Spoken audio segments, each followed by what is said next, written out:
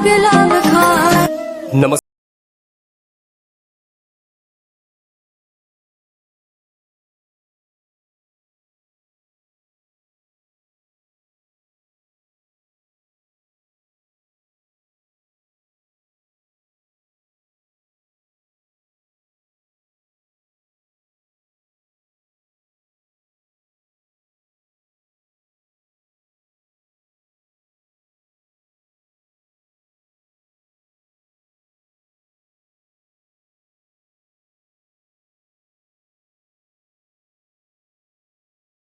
બાલકદાસજી મંદિરના અનોખા હિંડોળાના દિવ્ય દર્શન.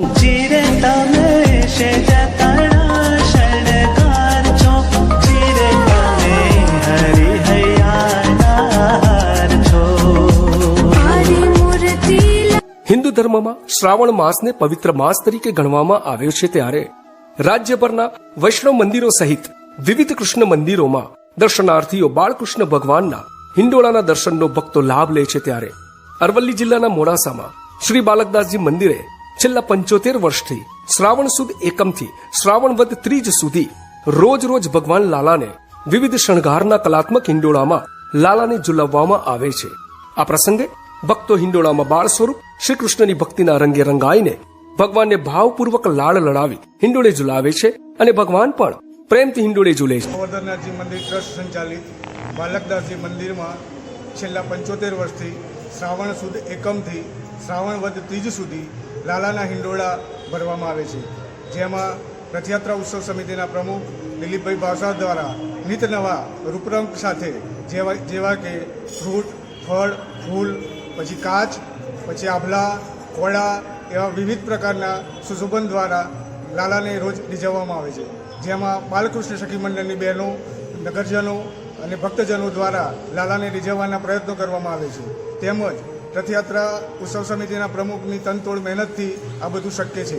તેમજ હિંડોળાના યજમાનો દ્વારા આર્થિક સહયોગ પ્રાપ્ત થાય છે, જેથી કરીને અમે તેમનો આ તબક્કે આભાર માનીએ છીએ. મહત્વ શું છે એનું? લાલાને રીઝવવા માટેના પ્રયત્નો કરવામાં આવે છે શ્રાવણ માસની અંદર. 75 વર્ષથી બાલકદાસજી મંદિરમાં ભગવાનને હિંડોળે ઝુલાવવાનો વર્ષોથી મહિમા ચાલ્યો આવે છે. વર્ષોની પરંપરા મુજબ શ્રાવણ માસ દરમિયાન મંદિરમાં હિંડોળા દર્શનનું વિશેષ આયોજન ટ્રસ્ટ દ્વારા કરવામાં આવી રહ્યું છે, જેમાં ફૂલોના હિંડોળા, સૂકા મેવાના હિંડોળા, ડ્રાયફ્રૂટ, લીલા ફળોના, ચરણીનો ઓટો, શાકભાજી, સૂકો મેવો, અનાજ કઠોળ, ચોકલેટ બિસ્કિટ, થર્મોકોલ, મૂર્તિઓ, સ્ટોન, સ્ટેશનરી સહિતની વસ્તુઓનો ઉપયોગ કરી કલાત્મક હિંડોળામાં બિરાજમાન ભગવાનના બાળ સ્વરૂપને ઝુલાવીને ભક્તો ધન્યતા અનુભવી રહ્યા છે. મોડાસાના બાલકદાસજી મંદિરમાં અલગ અલગ પ્રકારના કલાત્મક હિંડોળાના દર્શનથી ભક્તોમાં ખૂબ જ આકર્ષણ જોવા મળી રહ્યું છે.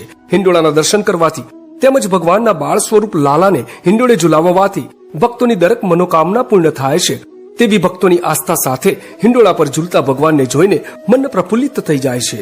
મારું નામ હર્ષાબેન છે.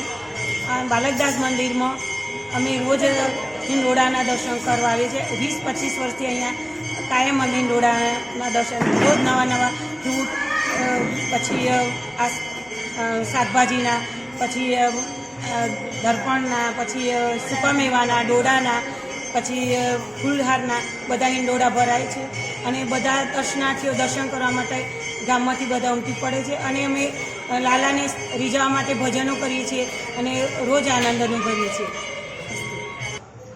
છેલ્લા 75 વર્ષથી બાલકદાસજી મંદિરમાં ભવ્ય અલગ અલગ પ્રકારના નિત નવા હિંડોળા બંધાય છે, જેમાં મારા ફાધર ભોગીલાલ ભાવસાર પણ અહીંયા હિંડોળા બાંધતા હતા. ત્યાર પછી હું લગભગ કેટલાય વર્ષોથી અહીંયા હિંડોળા બાંધું છું અને જન્માષ્ટમીના દિવસે ભવ્ય એમ કંઈ હિંડોળા બાંધી અને લાલજીના જન્મ કરાવીએ છીએ. નુમના પારણા પણ થાય છે અને આ રીતે આ મંદિરમાં ભક્તજનો આવી પ્રભુજી લાલજીનો એમ કે લાભ લે છે અને આવી ધન્યતા મને મળી છે. હું જ્યાં સુધી જીવીશ ત્યાં સુધી આ સેવા કરીશ. આ એક મોકો મળ્યો છે હિંડોળા બાંધવાનો, એમાં હું ધન્યતા અનુભવું છું. મોડાસાના બાલકદાસજી મંદિર ખાતે હિંડોળા ઉત્સવ દરમિયાન રોજ અનેકવિધ પ્રકારે સુંદર, નયન રમ્ય અને આકર્ષક હિંડોળા શણગારી ભગવાનને ઝૂલે ઝુલાવવામાં આવે છે. મંદિરમાં ફૂલ, પવિત્રા, નાગરવેલના પાન, સૂકા મેવા, શાકભાજી, ફળફળાદી જેવા અવનવા વિવિધ કલાત્મક હિંડોળા બનાવાય છે. તેમજ ઠાકોરજીના અવનવા શણગારના હિંડોળા દર્શનનો મોટી સંખ્યામાં ભક્તો લાભ લે છે.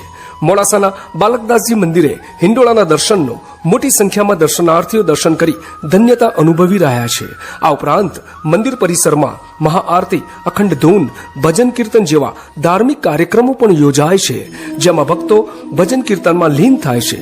એવું પણ કહેવાય છે કે ભગવાન શ્રી કૃષ્ણ વૃંદાવનમાં ગોપીઓ સાથે રાસ રમીને વનરાઈઓ અને ફૂલોથી શણગારેલા હિંડોળા પર ઝુલાવતા હતા. તેની સ્મૃતિઓ તાજી કરવા ભગવાનને હિંડોળા પર ઝુલાવીને હિંડોળા ઉત્સવની ઉજવણી કરવામાં આવે છે. ગોવર્ધનના મંદિર ટ્રસ્ટના ટ્રસ્ટી તરીકે અહીંયા અત્યારે સેવા આપી રહ્યો છું.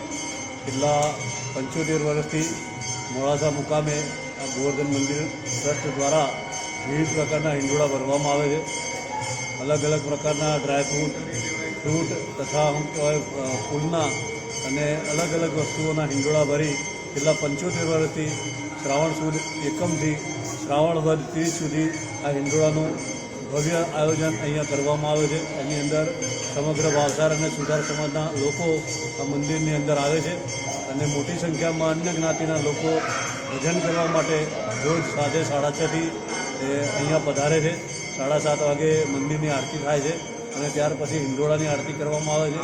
આ હિંડોળાનું એટલું બધું મહત્ત્વ છે કે આજુબાજુના તમામ લોકો આ પ્રસંગે દર્શન કરવા માટે મોટી સંખ્યામાં પધારે છે. એમાં 11 અને પૂનમના દિવસે તો લગભગ હજારોની સંખ્યામાં લોકો અહીંયા ઉપસ્થિત રહે છે અને આ ભવ્ય હિંડોળાનો દર્શન કરી અને એનો લાભ લે છે અને કાનુડાના આશીર્વાદ લેવા માટે ભક્તો અહીંયા આવે છે અને એના કારણે આ મંદિરની જે પ્રતિષ્ઠા છે આખા સમગ્ર સાબરકાંઠા જિલ્લા અને અરવલ્લી જિલ્લામાં એની ખૂબ મોટી પ્રતિષ્ઠા ઊભી રહી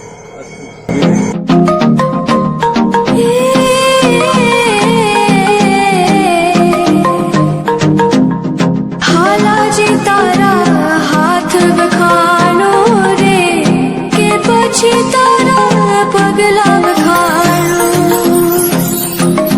વાલા રૂમ ઝુમ કરતા કાન મારે ઘેર આવો રે વાલા રૂમ ઝુમ કરતા કાન મારે ઘેર આવો રે મારા પૂરા હે મારા પૂરા કરવા કોટ હસીને બોલાવો રે હરી હૈયાના હાર છો જીરે તમે હરી હૈયાના હાર છો શેજ તણા શણગાર છો જીરે તમે શેજ તણા શણગાર છો જીરે તમે હરી હૈયાના હાર છો તારી મૂર્તિ લાગે મને પ્યારી શ્રી ઘનશ્યામ હરી ઉડી ચાલ જગત કી ન્યારી શ્રી ઘનશ્યામ હરી ઉડી ચાલ જગત કી ન્યારી શ્રી ઘનશ્યામ હરી તારી મૂર્તિ લાગે મને પ્યારી શ્રી ઘનશ્યામ હરી આજની ઘડી રે ધન્ય નિરખ્યા સહજાનંદ આજની ઘડી હો આજની ઘડી હો જીવની બુદ્ધિ જાણી ન શકે એ મોટી અડી સદગુરુની દ્રષ્ટિ જો